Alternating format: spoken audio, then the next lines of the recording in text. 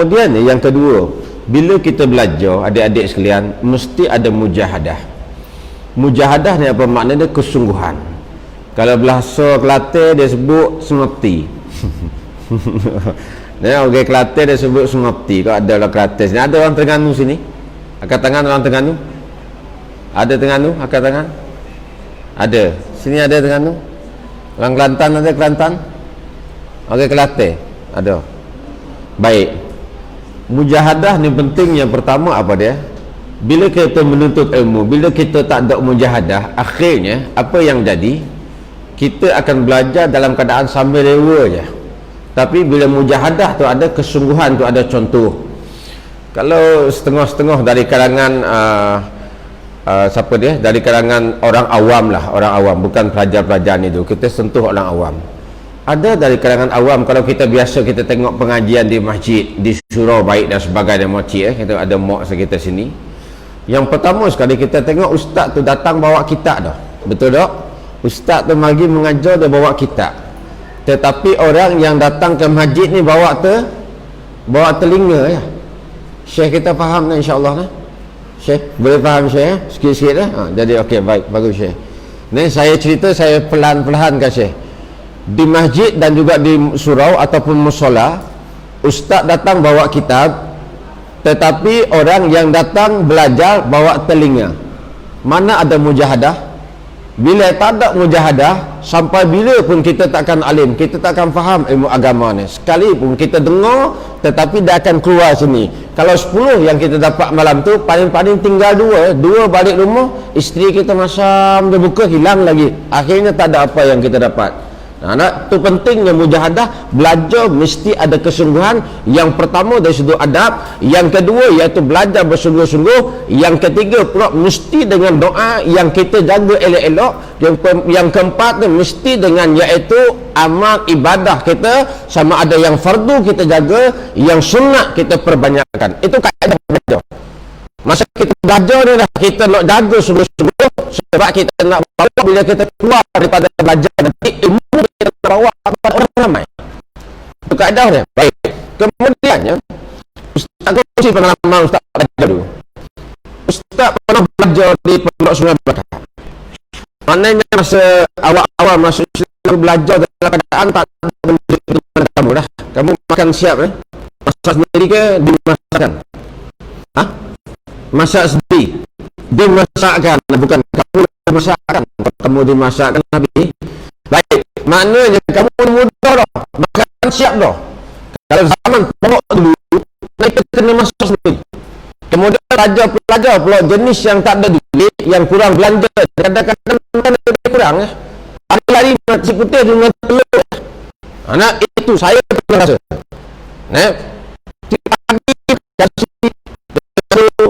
Kemudian nanti petang, nanti sekali lagi ikan bili pun yang buat. Kemudian buat apa? Buat sambal kuah dia. Letak dalam garam, kemudian 5 hari makan 3-4 orang. Tak ada lauk lagi. Baik. Itu bukan sepanjang tahun, cuma ada ketikanya bila masa mana boleh makan sedap, bila ada tahlil. Bila ada tahlil, maknanya kita diundang untuk pergi buat tahlil, kemudian malam tu boleh makan sedap. Sebab kebetulan pondok kami dulu dekat dengan kampung. Jadi bila ada orang kampung mati, ada tahlil, boleh kami makan sedap. Kalau tak ada, sepanjang minggu, sepanjang bulan, maknanya makan nasi dengan lauk telur atau dengan lauk ikan bili yang kami buat kuah. Baik. Kamu alhamdulillah. Esok ikan, lusa ayam, senyum-senyum di mana sedap. Baik.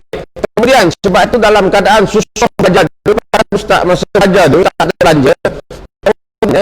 Ustaz dengan kawan sedang orang Kamboja dia masuk Islam kok. Kami buat apa nak cari dia? Cuti belajar pergi jual kain. Jual kain daripada rumah ke rumah. Ambil kain di satu kedai kain di Pekan Sungai Berkat. Kemudian dari pilih-pilih yang elok-elok bawa dari rumah ke rumah berkain. Dan keuntungan daripada kain tadi tak tampung, iaitu pembiayaan kami belajar. Betul, saya beritahu dengan kawan-kawan saya ada daripada Sabah contohnya,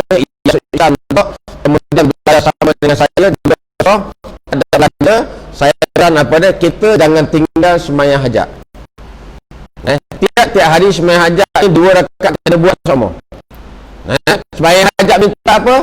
Ada hadis sekalian, minta supaya orang kampung tu ada yang mati tiap-tiap masa, supaya tiap-tiap malam ada salib. Boleh makan sedap tiap-tiap malam, tapi tak boleh sebut boleh. Baik, itu antara nakal-nakal. Sebenarnya masa belajar ada masa kita nakal-nakal, tapi kita belajar juga kena jaga adab, kemudian jaga ibadah, kemudian jaga juga yang dari kita dengan sahabat-sahabat kita, kawan-kawan kita, dan juga dengan guru. Sekarang saya cerita pengalaman masuk Islam dari pertama. Adik-adik sekalian, Ustaz kali pertama nak masuk Islam tahun 1997. Masa itu naik di majlis agama Islam di kelas Selangor, boleh tahu nak masuk Islam. Kemudian orang yang berjabat agama dia tengok daripada atas bawah. Bila tengok daripada atas bawah, mungkin dalam hati dia tengok pakaian tu tak sesuai. Zaman Ustaz masih remaja, masih bujang lagi, mana pakai suara ketat, baju ketat, kemudian pakai kasut pun kasut yang tumit tajam, jenis yang bukan kasut perempuan, jenis kasut koboi. Pernah tengok cerita koboi? Kasut hujung dia tajam. Baik. Kemudian bila dia tengok pakaian, dia beranggapan mungkin Ustaz kalau masuk Islam tak sengerti dah, tak bersuruh nak masuk Islam. Nak masuk Islam bukan di sini, pergi di Islam. Kemudian betul-betul pintu hati Ustaz nak masuk Islam. Kali pertama, kali kedua Ustaz nak masuk Islam bulan Ramadan. Bila bulan Ramadan Ustaz ikut kawan-kawan Ustaz yang Islam ini berpuasa sama seperti dia. Bahkan kesukaan Ustaz bila bulan Ramadan belanja kawan-kawan Ustaz berbuku puasa. Tiap petang sepanjang Ramadan belanja kawan-kawan buku puasa, itu satu kesukaan. Kemudian tak ikut puasa masa Ustaz di Sungai di Bandar Sanwi selama 3 tahun. Ustaz pindah kerja di Sungai Wi, di Selangor lagi. Kemudian Ustaz ikut masih walaupun pindah kerja tapi masih ikut puasa lagi, seronok. Kemudian bila 1 Ramadan tu tiba-tiba Ustaz berasa nak masuk Islam lagi. Ustaz itu dengan Ustaz satu malam ketika mana orang tahu saya dengan bos saya mesyuarat, bos tak tahu walaupun dia Islam tak ada apa-apa lah. Baik, kemudian memang tak Jumaat, betul Jumaat. Baik, kemudian adik-adik sekalian, saya beritahu dengan bos saya melatu, bos saya nak masuk Islam. Bila Ustaz sebut nak masuk Islam, dia dengar ni, dia kata apa? Dia kata kamu nak masuk Islam, kamu masuk Islam nanti macam bayi baru lahir, tak ada dosa sebagainya. Cakap apa lah cakap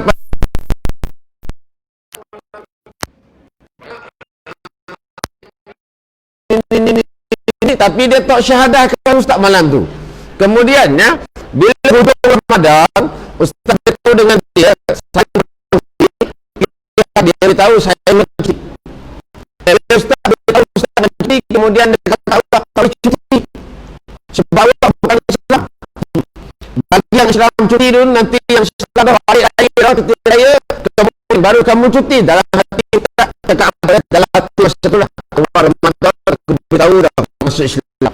Hujung Ramadan belum kata aku kafir. Anak panas, alhamdulillah. Anak padahal malam tu masa saya beritahu saya nak masuk Islam, andai kata dia syahadahkan saya malam tu saya Islam dah.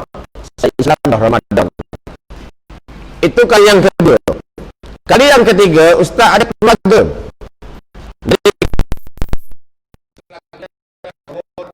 Dia kalau kali ini bahasa Jawa ni kita kena sebut Jawa.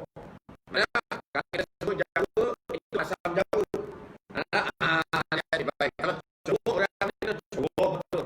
Jawa Barat, Jawa Tengah, Jawa Tepi, Jawa Tengah adalah Jawa Timur adalah baik. Kemudian Ustaz biasa jalan belah-belah sana lebih baik. Kemudian keluarga dia baik dengan Ustaz. Kebetulan anak dia orang perempuan dan seorang lelaki. Dan lelaki bongsu dan tak lagi lebih baik dulu. Jadi Ustaz balik rumah ni. Itu rumah dia malam 2 malam 3 malam, lepas tu Ustaz balik nanti 2-3 bulan Ustaz cuti, Ustaz balik rumah dia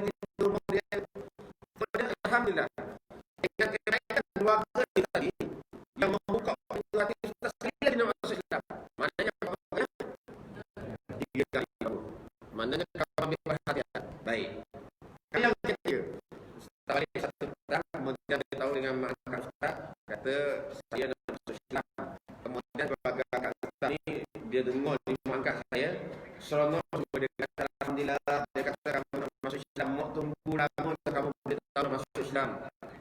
Nak mau anggap kamu macam anak sendiri lah, dia kata macam tu. Kita buat apa balik, kita bincang macam mana nak selesai masuk Islam. Ayah kat saya balik ke belakang. Dia balik, kemudian kita beritahu balik saya nak masuk Islam. Kemudian dia kata nak masuk Islam ni 3 hari baru selesai. Macam ni dia kata, dia ambil cuti lah. Ambil cuti bulan depan balik, kemudian nanti abang selesai. Baru saya tahu nak masuk Islam ni 3 hari baru selesai. Lama no. Baru sebabnya bulan sampai 3 hari masuk Islam. Saya Islam kan 36 orang. Dan 60 bagai setakat ni tak ada 3 hari sekejap selesai dah. Ni syahadah orang yang dapat agama daftar selesai. Kalau pergi pejabat agama daftar selesai. Yang kita payah sangat ni pasal apa? Baik. Kan tak pun bulan depan ambil cuti. Bila ambil cuti balik ke rumah keluarga angkat ni tadi, petang ustaz sampai ke malam ustaz tunggu, tak ada buat apa-apa juga. Nak buat majlis ke, syahadahkan saya di rumah ke, nak bawa pergi masjid ke, nak bawa pergi surau ke, nak bawa pergi kubur dah lah. Dia pergi sendiri ya, saya tak nak pergi ya. Baik. Kemudian ya, adik-adik sekalian, pagi esok saya tengok ayah angkat saya pergi kerja pula. Dalam hati ustaz masa tu, orang tua ni pergi kerja pula. Tapi bila nak selesai aku nak suruh cuti dah. Ni pergi kerja pula. Baik. Tengah hari dia balik. Bila dia balik dia kata, dia siap dia kata. Masa tu dia panggil saya Jeff raja. Nama glamour masa tu Jeff. Baik, dia kata Jeff siap dengan mok sekali. Dia kata ikut apa? Tak ada apa. Okay. Siap. Kemudian naik kereta dia. Naik kereta, ustaz ingat bawa pergi pejabat agama. Nak syahadah ke, nak daftar masuk Islam ke. Rupa-rupanya dia bawa ustaz pergi klinik dulu. Pergi klinik sunat dulu. Kacau betul. Nampak tak? Benda yang sepatut dikemudiankan, kenapa nak didahulukan? Nak tu pentingnya kita belajar Islam ni supaya kita tahu apa dalam Islam yang kita kena dahulukan, yang kemudian kan kita kena tahu perbezaan situ. Ni benda yang kemudian kita letak yang itulah yang paling awal sekali. Kita suruh pergi sunat dulu. Siapa dia ajar? Ingat dah soalan nak Islamkan orang, jangan sibuk nak sunat-sunat. Baik. Kemudian ustaz pun tak ada apa-apa lah. Selesai dengan sunat tu 4 hari cuti, kemudian balik kerja balik. Syahadah pun tak ada. Bawa pejabat agama pun tak ada. Tetapi yang peliknya, dia menganggap saya sunat itu Islam tak? Syekh. Boleh faham Syekh? Alhamdulillah. Sebab apa dia beranggapan gitu? Sebab Ramadan tahun itu saya dapat cuti dah raya. Saya boleh tahu dengan bos saya dah sunat dah. Saya raya tahun ni saya cuti. Bos saya kata okey boleh cuti. Dia ingat saya Islam juga apa? Kemudian saya pergi rumah keluarga angkat saya balik raya. Dia bawa saya daripada rumah saudara dia, satu rumah saudara dia pergi beraya ni. Keluarga angkat jadi dia kata apa dah? Ini anak angkat kami alhamdulillah baru masuk Islam. Dalam hati saya bila masa mana saya masuk Islam, saya sunat baru. Mana ada syahadah. Ada orang Islam kita, benda yang paling basic sekalipun. Ini penting ni, kena belajar ni. Kemudian kita ambil pengalaman orang-orang yang lebih berpengalaman daripada kita. Nah, dalam apa pun yang melibatkan tentang Islam. Sama ada daripada orang macam kami yang asal bukan Islam, daripada ustaz-ustaz yang pengalaman lama, daripada syekh kita, daripada Arab datang ke sini dan sebagainya. Pengalaman mereka ini kaya. Barak. Kemudian 3 kali gagal, betul? Baik. Kali yang keempat, ustaz baca satu buku. Buku tentang Islam. Masa ustaz belum Islam dulu, zaman remaja lagi, ustaz kebiasaannya, kesukaan baca buku bercakap dengan jin. Orang lama, Haji sempat Tuan Haji sempat bercakap dengan jin, pernah baca? Tak pernah jumpa Pernah je? Pernah jumpa bercakap dengan jin Tamal Jalis. Nobel Tamal Jalis, dialog dengan jin. Ada yang dia tulis bercakap dengan jin, tajuk. Ada yang guna dialog dengan jin. Baik. Itu yang saya suka baca masa tu. Kadang-kadang dia masuk ayat Quran dia masukkan ayat Quran walaupun dalam Rumi. Maknanya dia ni yang kita kata orang berisi ni, dengan ibadahnya dan sebagainya, dia berlawan dengan jin-jin apa semua ni, hantu raya lah, apa punya hantu lah, tak tahulah dia lawan ni. Mana dia gunakan ayat-ayat Quran. Jadi kita seronok situ. Kemudian saya satu ketika beli satu buku. Buku iaitu Abdul Aziz Ad-Darini, seorang penterjemah daripada Indonesia, yang dianya menterjemahkan kitab iaitu yang bernama Pembesar Kalbu. Baik. Bila saya baca buku tersebut malam-malam sebelum saya tidur, membawa kepada mimpi malam pertama. Kemudian malam kedua, besok saya baca lagi, tidur mimpi lagi. 2 kali dah. Berturut-turut. Kemudian malam yang ketiga saya baca lagi, datang lagi mimpi yang sama juga. Yang membuatkan malam pertama saya kata dalam hati saya mainan tidur je lah. Malam kedua pun saya masih fikir lagi mainan tidur dah. Tetapi bila malam ketiga, saya sudah tidak fikir lagi bahawa ia adalah mainan tidur. Melainkan ada petunjuk daripada Allah kepada saya yang nak tunjuk tentang Islam. Baik. Dalam mimpi tersebut, saya berperang. Berperang dengan kumpulan saya dan berperang dengan satu kumpulan lagi. Kemudian dalam peperangan tersebut yang saya pelik, saya pakai serban. Kemudian perang di padang pasir ni, tiba-tiba saya tengok ke belakang saya, kawan-kawan saya semua dah mati dah. Tinggal saya seorang. Kemudian dalam mimpi itu, dalam keadaan saya tinggal seorang, saya ketakutan, saya lari. Dalam keadaan yang ni pula, yang musuh tadi dia kejar saya. Ramai-ramai, saya lari seorang. Yang lain kawan-kawan saya mati semua. Ingatnya saya pakai serban malam dalam mimpi. Kemudian bila berlari ni jumpa satu masjid. Bila jumpa satu masjid, kemudian saya berdiri. Saya pergi ke pagar masjid tu, jadi saya berteduh situ. Berlindung di tepi pagar masjid tu, kemudian orang yang kejar saya ni ramai-ramai ni, dia tak berani nak dekat sebab dia tengok saya dekat pagar masjid. Tiba-tiba azan subuh. Bila azan subuh, kemudian orang pun datang masuk ke masjid. Tiap-tiap orang yang datang masuk ke masjid tu, dia tengok je saya. Tak ada seorang pun yang berhenti, yang tanya, yang tegur, tak ada. Melainkan dia tengok, kemudian dia masuk dalam masjid. Tengok, masuk dalam masjid. Saya mula berfikir, mungkinkah iaitu orang yang setakat tengok masuk dalam masjid tu, gambaran apa dia? Gambaran 3 kali saya nak masuk Islam, tak berjaya. Mungkinkah itu gambaran sebenarnya dalam mimpi? Baik. Kemudian bila tengok orang makin masuk, ramai masuk dalam masjid ni, tapi tak ada yang tegur ni, terdetik dalam hati saya mula-mula, nak sangatlah supaya orang ni ada yang berhenti, dia tegur saya. Tegur, mana tanya kenapa gini dan sebagainya, tapi tak ada. Magi rasa kecewa masa tu, tiba-tiba saya toleh kepala saya pandang ke dalam masjid. Saya pandang ke dalam masjid daripada celah-celah pagar, kemudian lintah detik dalam hati tu, kalau aku masuk dalam masjid ni, selamat aku. 3 malam berturut-turut mimpi yang sama datang. Kemudian ustaz mula fikir dah masa tu.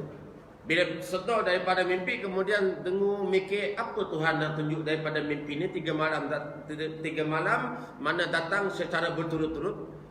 Dalam keadaan fikir, tiba-tiba teringat kata-kata seorang sahabat ustaz, orang tua dah. Orang kerja sama dengan ustaz dulu, dia orang Gua Musang. Tahu Gua Musang mana? Kelantan. Kalau Lu Musang tahu tak mana? Lu Musang tahu mana? Tak tahu. Kamu dah Musang. Lu kan kamu baik. Kemudian dia ni seorang tua daripada Gua Musang. Dia kerja dengan saya tu dan orangnya baik sungguh. Dia bila dia pergi mana-mana, dia Quran kecil ni ada sama dalam poket dia. Dia bawa, kemudian dia baca, ada masa terluang dia baca Quran tu kecil je. Kemudian saya bila pagi ni bangun awal subuh, saya biasa tengok dia duduk di tikar sejadah. Bila azan subuh dah, barulah dia pergi ke surau yang dekat dengan tempat kami tinggal, asrama kami. Bila saya masuk Islam dah, baru saya tahu rupa-rupanya dia bangun awal-awal tu dia buat qiyamul lail. Baik, maknanya apa? Dia ni qiyamul lail, dia jaga satu, Quran dia jaga semua. Bila dia berhenti kerja, dia nak balik Gua Musang, dia jumpa dengan saya, dia pesan. Dia kata, yang mengingatkan saya malam tu bila datang 3 kali mimpi berturut-turut, dalam keadaan saya fikir apa Tuhan nak tunjuk ni, Allah ingatkan balik kata-kata Pak Hasan ini tadi. Apa kata dia? Dia pesan ke Ustaz, dia kata kalau demo nak masuk Islam satu hari nanti, boleh pehel boleh pehel.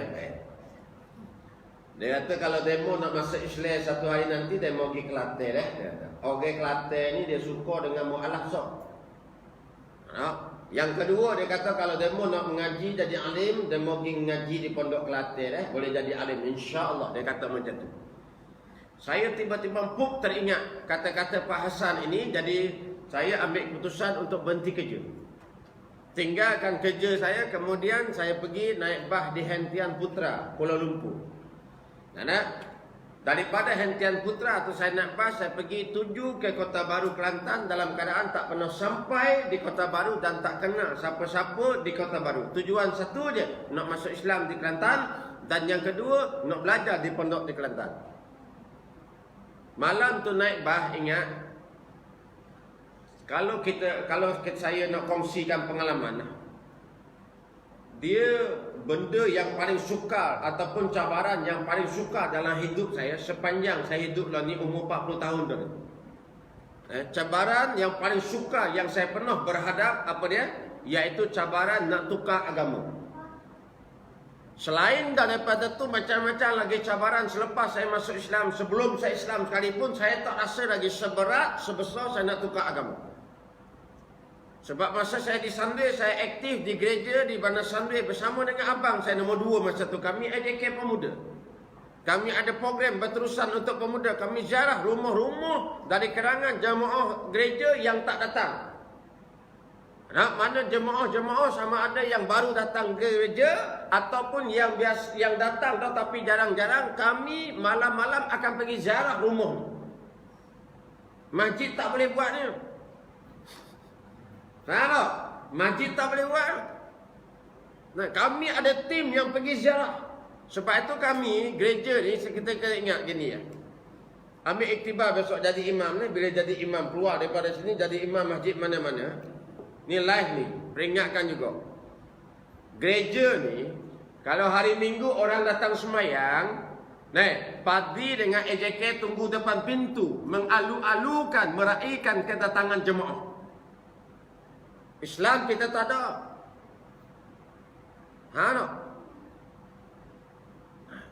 Kita lama tak datang, dia beli kita lagi ada. Itu Islam punya style. Sebab tu kadang-kadang saya marah bila saya mengajar.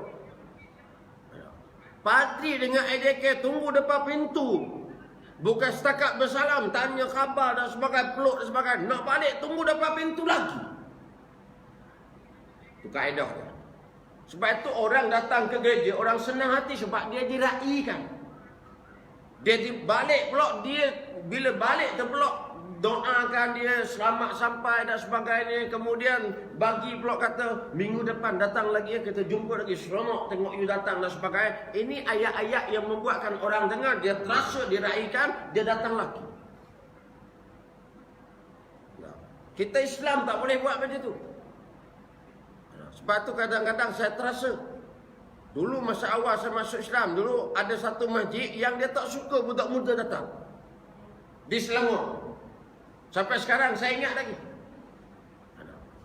AJK masjid dia tak suka budak-budak muda datang. Bila budak-budak muda ni yang umur 20-an ni, umur bawah sikit, dia kata apa? Ni sek-sek hak ni pejuang Islam. Pejuang Islam hak pembengkang. Masa tu dia anggap budak-budak pembengkang yang main masjid. Dia tak suka. Kemudian adik-adik sekalian,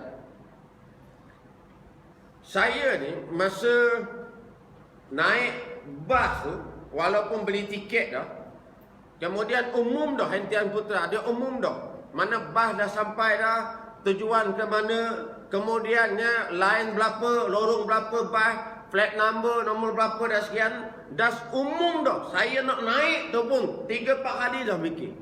Bangun dah, duduk lagi. Fikir lagi, aku nak pergi ke tak? Maknanya cabaran masa tu betul-betul. Kalau tak kuat, saya patah balik.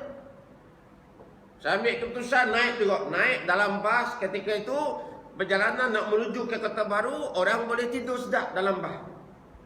Aircon sedap kan? Sejuk. Tarik selimut sikit, kain ke, jaket tebal ke, boleh tidur. Saya tak boleh tidur. Mari fikir ni, kalau aku masuk Islam ni nanti macam mana hubungan dengan keluarga. Kemudian sampai sana nanti tak pernah sampai tempat ni, tak kenal siapa. Lagu mana nasib aku ni besok sampai sana. Kemudian nanti aku Islam dah. Aku masuk Islam besok macam mana pun nasib aku ke depan dan sebagainya. Mari mikir-mikir ni sampai satu tahap. Kalau boleh turun daripada bah, patah balik tau. Tu saya ingat tu, saya kongsi pengalaman ni dalam buku Travelog Syahadah. Saya kongsi pengalaman tu, dalam bah tu saya menitiskan air mata lagi. Beritahu dengan lintah dalam hati, ya Tuhan, saya tak sebut ya Allah lagi, ya Tuhan, kalau perjalanan ini petunjuk daripadamu, bagi aku kekuatan untuk sampai ke kota baru. Minta Allah teguhkan pendirian, jangan goncang, biar sampai di kota baru. Sampai lebih kurang dalam pukul 4 lebih, dekat pukul 5. Lepas tu sampai tu saya ingat lagi, tak tahu nak pergi mana. Dalam keadaan ni orang lain, ada orang datang ambil, jemput, balik rumah dan sebagainya. Saya duduk di terminal bah tu sampai pukul 7 lebih. Pukul 7 lebih tu ni tak tahu nak pergi mana. Kemudian jumpa dengan driver taksi. Driver taksi pula orang lama, orang tua. Kemudian saya beritahu dengan dia, Pak Cik minta maaf ni, nak tanya sikit, saya nak masuk Islam, boleh hantar saya pergi jabat agama? Itu ayat bahasa KL masa tu lah. Jadi bila dia dengar, dia orang lama, dia tanya ustaz balik, balai Islam Lundai kok? Faham? Tak tengok mu pun tak faham. Terus kata ustaz masa tu. Dia tanya ustaz balik, balai Islam Lundai kok? Mana orang Kelantan? Ada orang Kelantan sini tak? Tak ada. Kemudian ustaz bila dengar balai Islam Lundai kok, ustaz bagi mikir balai Islam. Baralaya tahu dah ada balai Islam. Tak aja dengar. Tak tahu. Kemudian ustaz tanya balik, beritahu balik, saya nak masuk Islam, boleh hantar saya pergi jabat agama? Dia jawab balik lagi, balai Islam Lundai kok. Dia main mikir, ya Allah loh. Ya dah lah, dia kau jawab. Dia kau jawab, ya Allah apa? Ya Allah. Kemudian tak ada apa-apa dah. Ustaz pun dengar balai tu, buang balai tu dengar Islam. Lundai keko tu buang belakang, nampak Islam tu okey dah. Ustaz pun okey dah, naik taksi dia. Sangka baik. Betul dah ni. Betul dah, naik taksi dia. Kemudian betul sungguh dah, tak ada salah apa. Ni ustaz tengok dekat pagar tu, pagar luar tu tulis Kompleks Majlis Agama Islam Kelantan. Di bawah tu dalam kurungan dia tulis Balai Islam Lunda. Balai Islam Lunda. Siapa Balai Islam Lunda kok? Dia sebut Balai Islam, ustaz terti, dia tambah kok. Lagi-lagi ustaz terti. Ada, mu betul reti tadi suka. Dia betul reti belakang. Nampak tak? Baik. Kemudian alhamdulillah tak ada apa-apa dah. Mana tempat tujuan tu betul lah. Kemudian ustaz bayar tambang. Bila bayar tambang, dia pun cabut lari. Ustaz kata orang tua ni bukan nak bawa masuk ke, nak beritahu nak masuk Islam kan? Ya, dalam keadaan bawa satu beg pakaian. Pagi-pagi pula ingatkan dia nak turun sekali, nak bawa masuk dalam pejabat agama. Ada dia cabut dulu. Lepas tu ustaz pun terpenya-penya dengan beg tu. Nak tengok orang, perhati orang dulu. Awal-awal pagi lagi. Kemudian tunggu sikit, ada orang mula dah start masuk kerja. Bila orang mula masuk kerja dah, baru ustaz tengok pintu mana orang ramai masuk. Kemudian nampak situ dah pintu utama, ustaz pergi. Bila pergi dekat pintu utama dah, jumpa orang yang pertama. Ni betul-betul ustaz cerita pengalamannya. Jumpa orang yang pertama, kemudian ustaz sebut apa dia? Boleh tumpang tanya sikit. Kemudian dia tanya ustaz, ada gapo? Faham ada gapo faham bagus. Kalau tak faham kau ni apa gak nenangmu? Aku sumpit tu kalau tak faham juga ada gapo. Baik. Kemudian bila dia tanya ada gapo, ustaz pun beritahulah. Saya daripada Kuala Lumpur malam tadi naik bas sampai sini dan saya asal orang Sarawak. Saya Kristian, saya nak masuk Islam di sini. Kemudian saya kata saya nak belajar di pondok sini. Dia dengar, dia main mikir. Dia tak jawab terus, dia fikir-fikir dulu. Kemudian dia pun kata, okay, mai ikut kita deh. Dia kata, dia suruh Ustaz ikut dia. Dia tak main mikir tu boleh jadi lalu hati bagi mana pula nak dia bagi pagi nak masuk Islam nak belajar pondok lalu. Faham? Alhamdulillah. Aduh. Baik. Kemudian dia tak ada apa-apa dah, dia kata mai ikut kita deh. Dia kata, Ustaz pun ikut dia masuk dalam. Bila masuk dalam ni, kemudian dia jumpa dengan saing dia, kawan dia, dia kata, demo selesai dia deh. Dia pun Ustaz ke orang lain. Kemudian orang yang kedua ni dia pun tanya lagi, ada gapo? Ada gapo lagi? Luar ada gapo dah, dalam ada gapo lagi? Kacau ni. Kemudian Ustaz beritahu lagi, saya daripada Kuala Lumpur, saya orang Sarawak Kristian nak masuk Islam dan nak belajar di pondok sini. Dia dengar. Ada, mai ikut kita dah. Ikut lagi. Kemudian tengok satu pintu, dia bawa saya masuk dalam satu ruangan. Di pintu tu dia tulis bahagian kawankan baik. Kemudian dia bawa masuk dalam, dia jumpa orang yang ketiga, dia kata, demo selesai dia dah. Dia pas lagi. Apa enggak ni? Dekat Selangor 3 kali dah Ustaz nak masuk Islam gagal. Give dapat agama dah kata baru berjuang dah naik bas. Dia bawa orang yang ketiga pula dah. Orang yang ketiga pula tanya lagi, ada gapo? Ada gapo lagi? Ustaz ni penulis buku dah. Buku Ustaz bestseller. Andai kata Ustaz ni penulis lagu, Ustaz buat dah lagu tajuk ada gapo.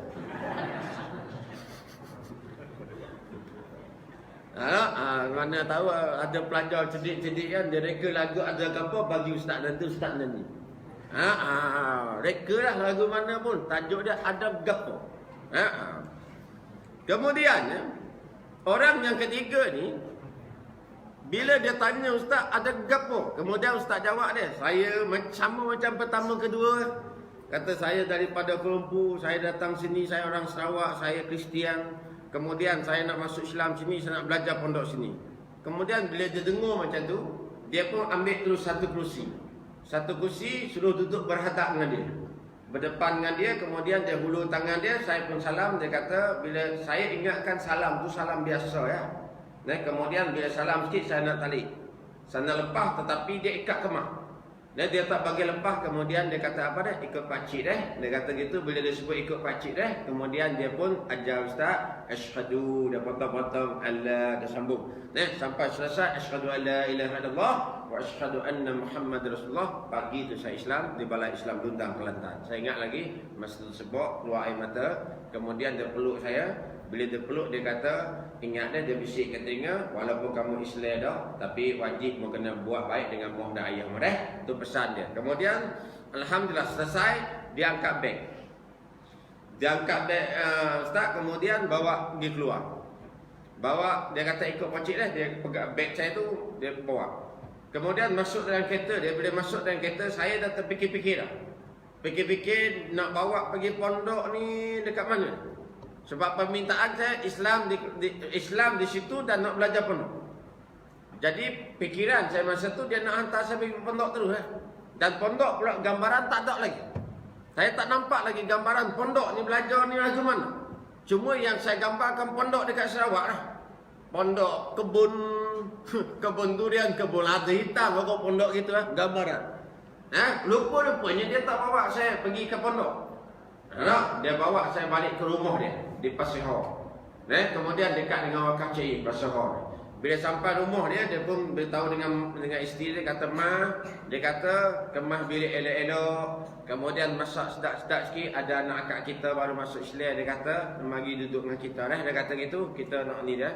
Dan kemudian alhamdulillah saya duduk sebulan lebih di rumah dia. Dialah yang ajar saya bacaan dalam sembahyang, yang ajar saya muqaddam ni ketika itu, alhamdulillah. Kemudian saya belajar di Institut Dakwah Islam Perkim di Pangkalan Cepa. Kemudian belajar di Pondok Risyak di Sungai Bakak, Pat Setumbuh, kemudian di Madrasah Al-Hidayah di Kuala Terengganu juga.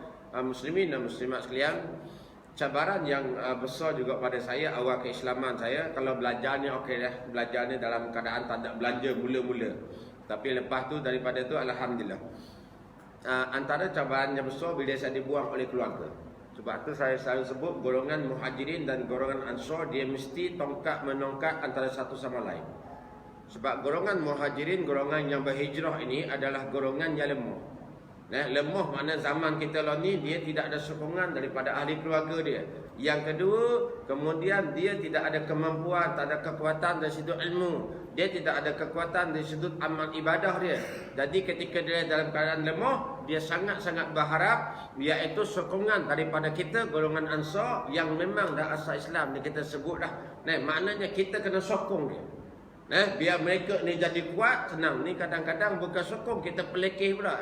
Baru masuk Islam dia kata, nak kahwin kan tu. Dia pelekeh lalu. Tengok tu mu'alah dia kata. Bukan pergi masjid pun. Padahal adik dia berpuluh tahun tak pergi masjid, dia tak pelekeh pun. Tapi mu'alah yang tak pergi masjid, tengok mu'alah tu dia kata. Tak pergi masjid pun, masuk Islam saja je tak pergi kat masjid dia kata. Dah adik-beradik dan saudara mara berapa ramai tak pergi masjid. Dia tak sebut pun. Baik. Kemudian Ustaz ingat lagi, bila Ustaz dibuang oleh keluarga, masuk abang Ustaz nombor 2 yang Ustaz cerita, Ustaz bersama dengan dia di gereja di Bandar Sandri tu. Masa belajar di Kelantan, cuti belajar kemudian pergi ke rumah abang ini di Bandar Sandri. Baru sampai rumah dia halau Ustaz tu. Baru sampai dia halau suruh gila tu. Kemudian dia halau tu, duit Ustaz tak ada. Duit tak ada. Nak balik Kota Baru, duit balik. Nak beli tambang, tiket pas ni tak ada. Mana masa tu ada berapa ringgit tinggal. Kemudian dalam saki-baki duit yang ada, Ustaz pergi satu pejabat agama. Pergi pejabat agama nak minta iaitu zakat untuk fisabilillah lah. Kita kata yang terkandas senang, terkandas di perjalanan lah. Baik, untuk nak bolehkan lepas tambang balik Kota Baru minta kat Islam. Zaman tu lama lah ni tak dah rasa lah ni dulu. Dia minta kat Islam, kemudian dia tengok ni, kemudian dia kata bukan masuk Islam sini dia kata. Tak, saya kena. Kalau tak masuk Islam sini, mana ni nak kena ni lah orang itu ini dan sebagainya. Dan nanti kata payah nak bagi dah, senang cerita dah, tak apalah saya pun turun. Saya pun turun daripada pejabat tu, kemudian ada staf yang ramai-ramai ni dengar. Bila dengar ni dia kejar saya, kemudian di tangga dia kata, dek, ni RM100 buat adik buat balik nak, kita pergi pejabat agama dalam keadaan kita terkandas dah. Kita masih belajar, kita baru masuk Islam. Tiba-tiba kita tak dapat apa, bayangkan perasaan kita masa tu, nak pergi mana? Staf yang dengar tu dia kejar saya, dia bagi RM100 tu untuk belanja nak balik Kota Baru, keluar air mata tu. Supaya ambil iktibar nilai. Baik. Kemudian saya dibuang oleh keluarga. Tak ada apa-apa dah. Walaupun saya dibuang oleh keluarga, kemudian mak ayah saya pun benci saya. Ayah saya lagi benci sebab satu je punca keluarga saya benci. Sebab saya masuk Islam, saya belajar Islam. Andai kata saya masuk Islam, kemudian saya kahwin terus, mungkin keluarga saya tak marah. Tapi saya belajar Islam sampai saya tinggal kerja dan sebagainya, keluarga saya cukup marah. Saya balik kampung, mak saudara saya dia menjerit ni. Dia menjerit kuat bagi orang kampung dengar, nak malukan saya. Pertama saya balik, dia kata, tengok tu, dia kata, Pak Haji sesat balik kampung. Saja. Dia kata saya Pak Haji sesat. Haji pun belum. Kesuka je masuk Islam Pak Haji tu. Kemudian tak ada apa dah. Bila dia menjerit macam tu, orang kampung semua tengok. Malu saya. Kali kedua, dia menjerit lagi, dia kata, tengok tu, orang masuk Melayu tu, tak kahwin-kahwin, tak laku. Dia kata macam tu. Sakit enggak, mau kata aku tak laku. Salah orang. Baik. Kemudian itu yang kedua. Ada sekali lagi saya balik lagi, dia kata, tengok tu, orang belajar Islam tu, masuk Islam, belajar Islam, dekat Kelantan tu, dia kata. Ni nak jadi Abu Sayyaf, nak jadi Taliban. Balik kampung ni hati-hati, dia kata. Nanti dia bom gereja kita. Dalam hati saya, dia ingat saya belajar Islam. Dia nak main bom-bom pula dah. Baik. Kemudian tak ada apa-apa dah, alhamdulillah. Bila lepas daripada tu, kita kena ingat gini. Kalau kita belajar fiqh sirah.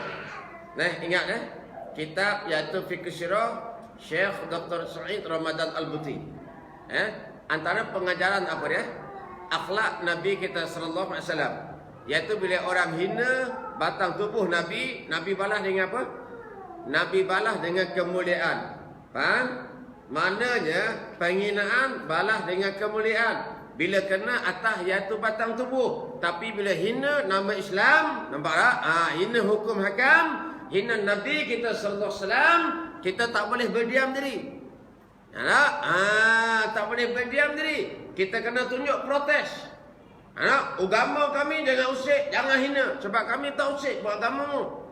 Tapi kalau dia kena atas batang tubuh kita sendiri, dia hina kita, alah sekian-sekian dan sebagainya, tak apa. Kita balas dengan kemuliaan. Tengok akhirnya, daripada iaitu pelajaran syirah ni, pengajaran kita belajar daripada syirah, apa dia? Mokcik saya, dia hina saya pun. Hina saya macam-macam, tetapi saya makin dia kuat hina, makin kuat saya pergi rumah dia. Boleh tak? Kalau makcik mau hina, mau pergi lah rumah ya. Raya pun mau tak pergi. Biar mu tak boleh duit raya. Betul tak? Tapi lepas ni kena pergi dah. Sebab dengar tak malam ni dah. Baik. Ustaz dia hina ni makin banyak kali ustaz pergi rumah.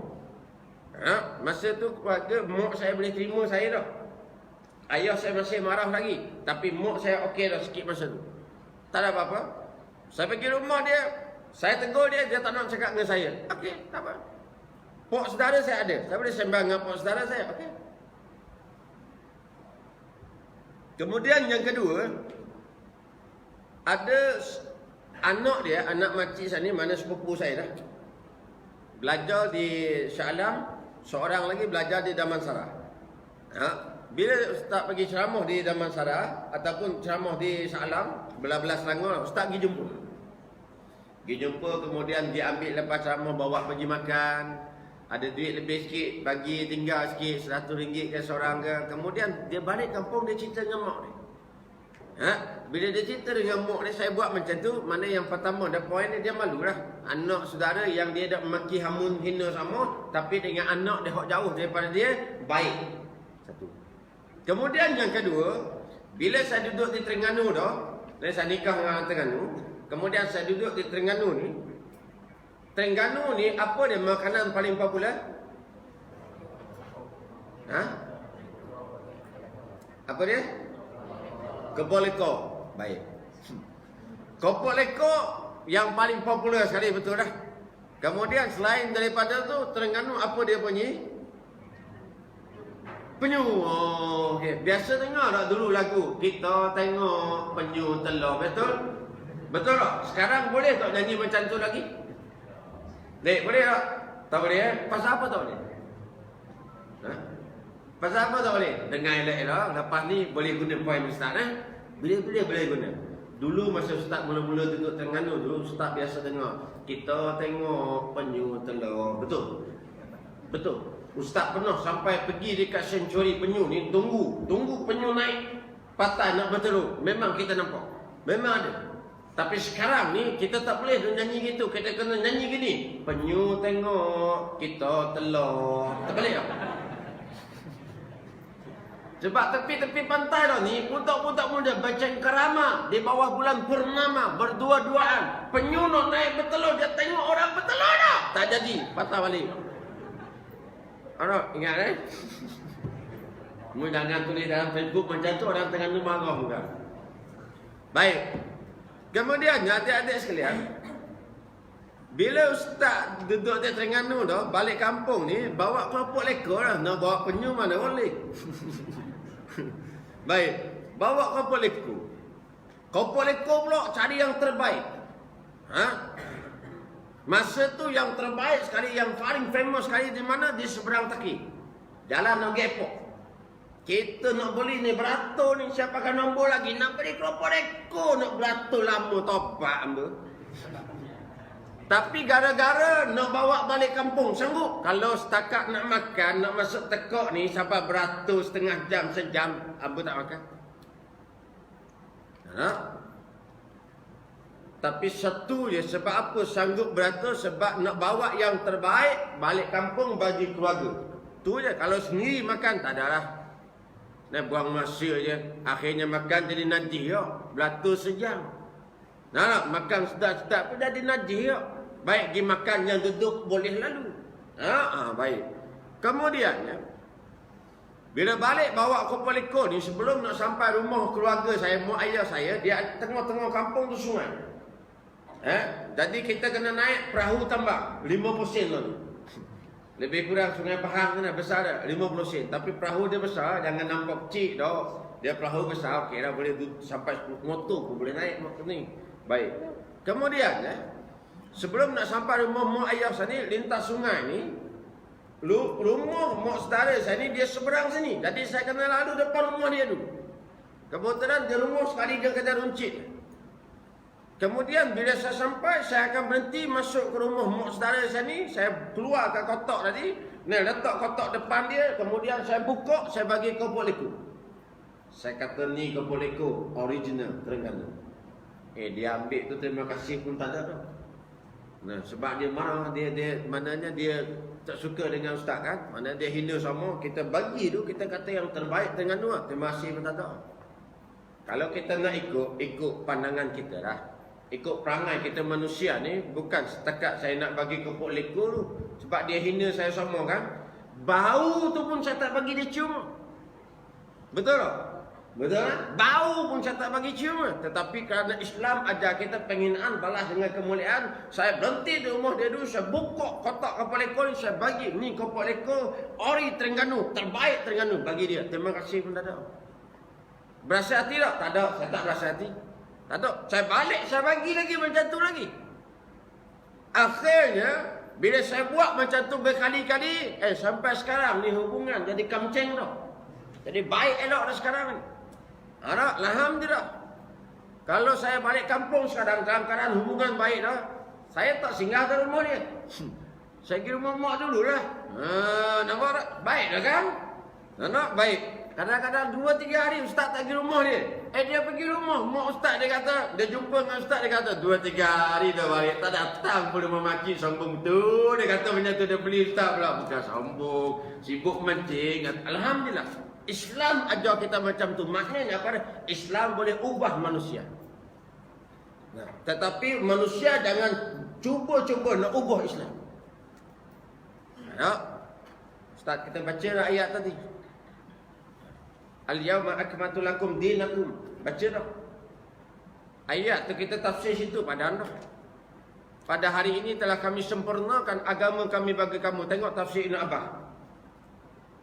Tafsiran yang pertama apa? Apa yang dikatakan iaitu disempurnakan agama kami bagi kamu, iaitu diutuskan dengan diutuskan Nabi kita sallallahu alaihi wasallam untuk menyempurnakan syariat-syariat para nabi dan rasul yang terdahulu. Nabi Isa AS berkhatan. Kristian tak berkhatan. Magi kepada Nabi kita sallallahu alaihi wasallam, kita diberkhatan. Dalam Bible cerita bagaimana iaitu Nabi Isa ni dia khatankan. Padri tak khatan. Tiba-tiba kita baru nak masuk Islam, tak sadar sibuk khatan tu. Jangan dulu, relax dulu. Betul lah tu, tapi jangan dahulukan dulu kemudian. Situ ya. Yang kedua, apa yang dikatakan iaitu sempurnakan agama kami bagi kamu. Apa makna dia? Dalam tafsir apa dia kata iaitu telah diterangkan secara sejelas-jelasnya, secara terang, iaitu antara perbezaan antara perintah dan larangan, yang mana halal dan juga haram. Jelas belaka dah. Yang kita tak jelas sebab kita tak belajar tu je Islam. Islam ni dia sempurna dah.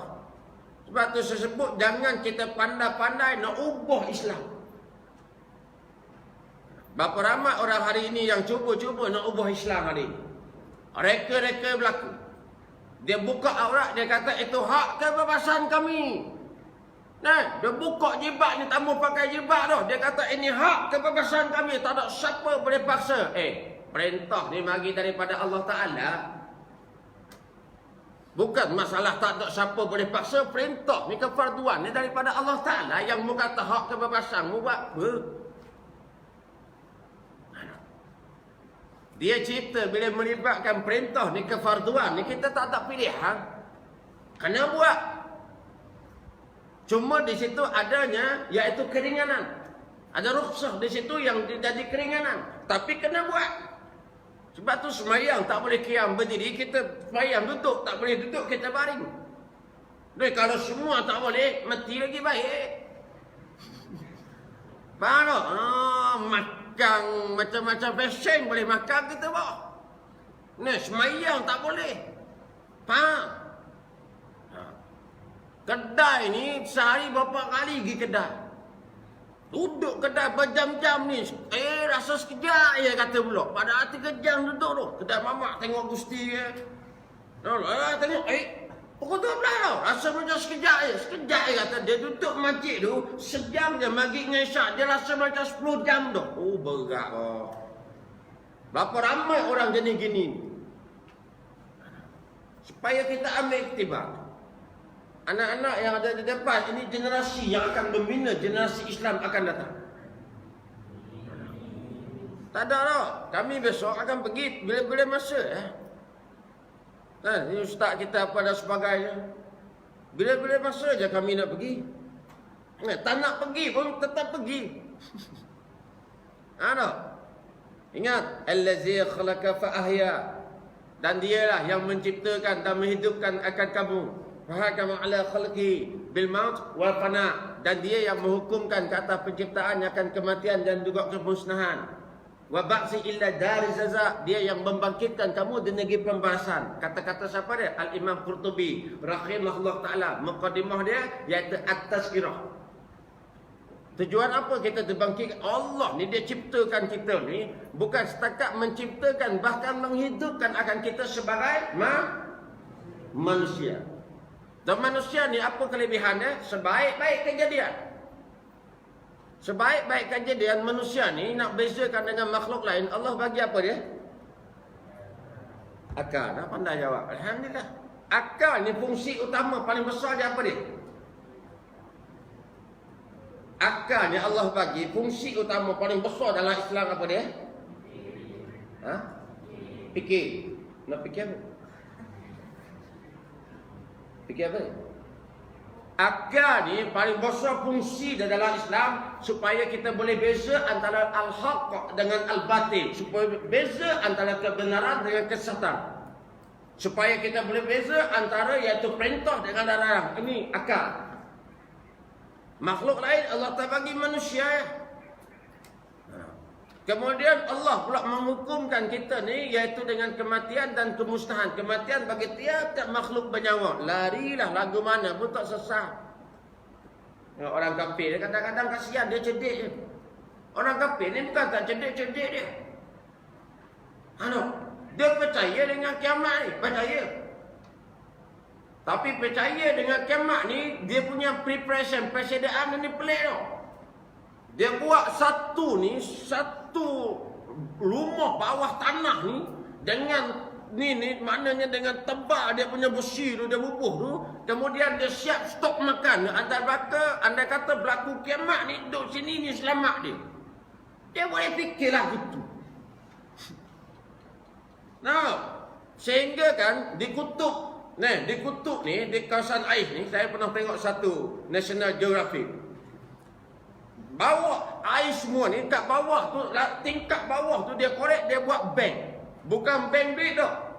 Tempat yang tak ada orang, tapi dia ada orang, dia jaga berapa bulan, dia balik, berapa bulan dia ganti pula. Bank apa dah? Bank benih tumbuh-tumbuhan. Macam-macam jenis tumbuhan ni dia simpan situ. Pada sangkaan dia kata apa? Kalau berlaku kiamat, ada orang jumpa ni, orang tu boleh tadam hidup balik. Allah bodoh. Topak gua. Nampak? Kita Islam ni Allah ajar yang terbaik dah. Kiamat lagu mana berlaku?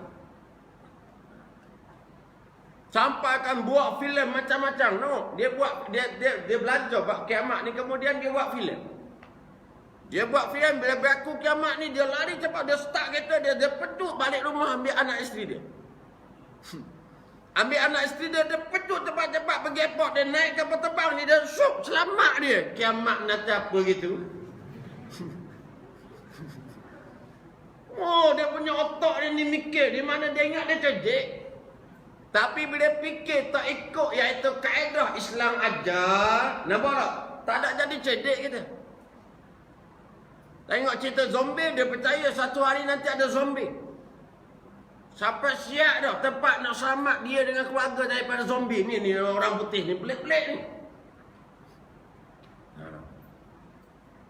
Kita ni alhamdulillah Allah bagi petunjuk yang pertama, apa dia?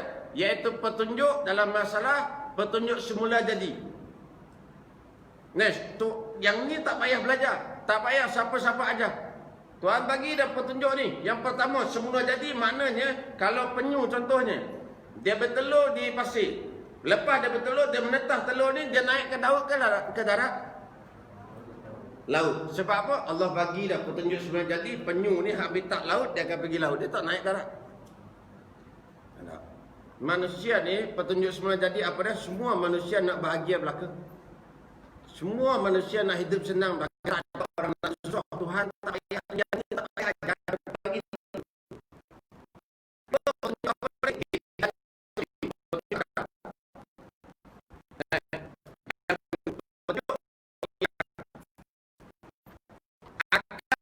Tadi nak bezakan kita dengan makhluk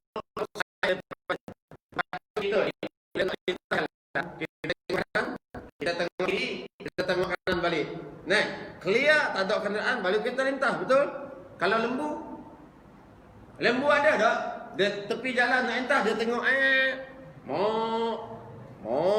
pula. Kemudian okey, clear. Semua pakat-pakat jalan. Lintah jalan, ada tak? Ada. Sebab dia tak ada akal. Sebab itu orang kalau dia langgar lembu, dia marah. Dia kata bodoh lembu. Dia kata orang tu 44 kali lebih bodoh daripada lembu telah. Dia langgar lembu, dia marah lembu. Marah apa? Binatang tu tak ada akal. Yang bodoh siapa dia? Tuan lembu. Memang sohir dah. Puas dah orang mengajar kata lembu ni tampak, jaga elok-elok. Jangan bagi lepas-lepas juga. Kemudian ya, hidayatul aqli ini dia tidak sempurna. Walaupun cerdik mikir lagu mana sekalipun, tidak sempurna tanpa adanya hidayatul Islam, petunjuk Islam. Ulama buat perincian tentang hidayah ni ada 4 peringkat. Setengah ada buat sampai 5. Hidayatul Islam ni petunjuk Islam dalam masalah iaitu akidah, dalam masalah syariat, dalam masalah akhlak dan benda yang dibawa oleh Nabi ni.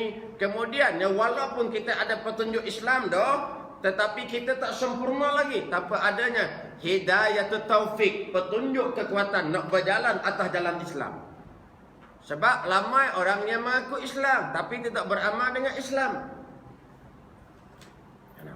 Setakat sebut Islam ya, tetapi amalan tak nampak Islam. Yang datang masjid dah pun malah lagi sembahyang sunat. Nak tunggu sembahyang jemaah tu, lepas azan tu dia duduk main telefon. Main telefon. Orang lain sembahyang sunat, dia main telefon. Kadang-kadang dia borak-borak. Nanti orang habis sembahyang, dah selesai dah sembahyang jemaah maghrib, nak tunggu start kuliah, orang sembahyang ba'diyah. Kemudian dia masih lagi main lagi. Dia duduk tengok orang sembahyang. Tengok orang sembahyang sunat. Perbuatan ni saya duduk masjid saya paling benci.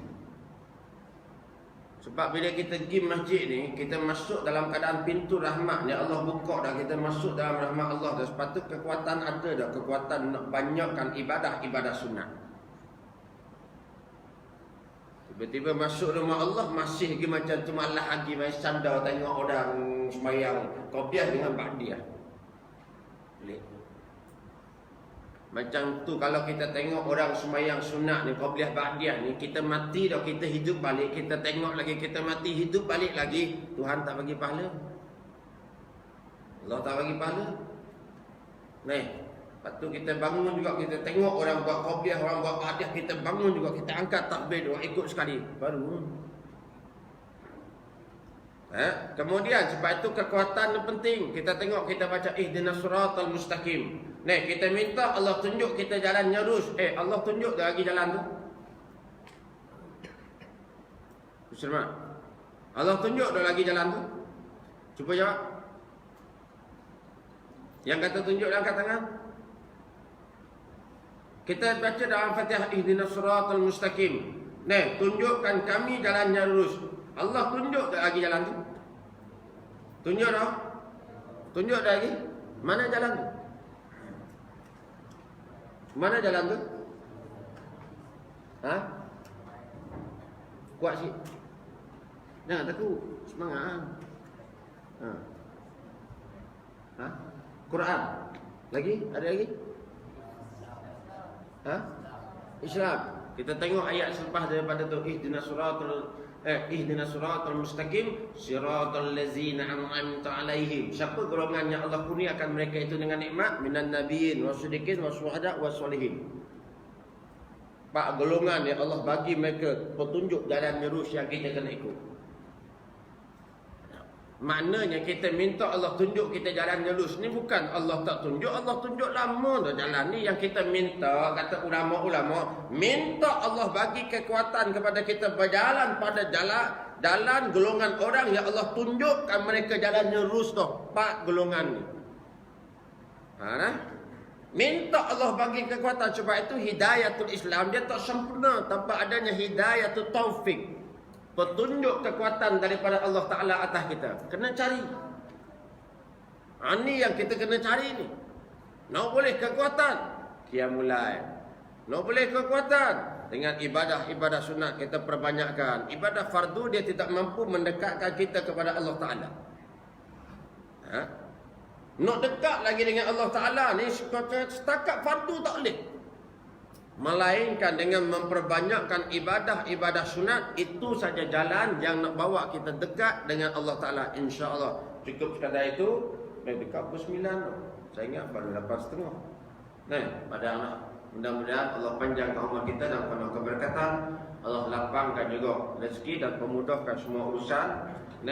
Urusan dari kalangan pelajar dan juga dari kalangan tenaga pengajar, insya-Allah semua yang terlibat dalam Darul Al-Abrar ini, mudah-mudahan sekali lagi Allah lapangkan rezeki kita dan penuh keberkatan. Amin ya rabbal alamin. Dan bismillahirrahmanirrahim. Alhamdulillahirabbil alamin wassalatu wassalamu ala asrafil anbiya'i wal mursalin sayyidina Muhammadin wa ala alihi washabbihi ajma'in. Allahumma ja'alna minal qalil. Ya Allah, jadikan kami dari golongan sedikit. Rabbana la taj'alna minal qaumiz zalimin. Ya Allah, jangan kau jadikan kami dari golongan orang-orang yang zalim. Ya Allah, ya Tuhan kami, hendak Kau mengadu akan segala kelemahan beri kami, ya Allah.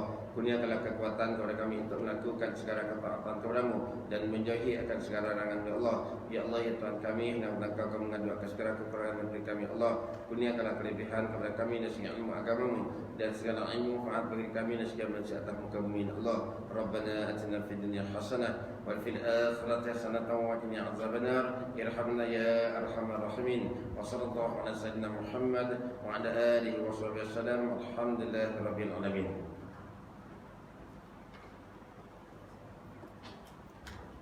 Waalaikumsalam warahmatullahi wabarakatuh. Amin amin ya rabbal alamin. Terima kasih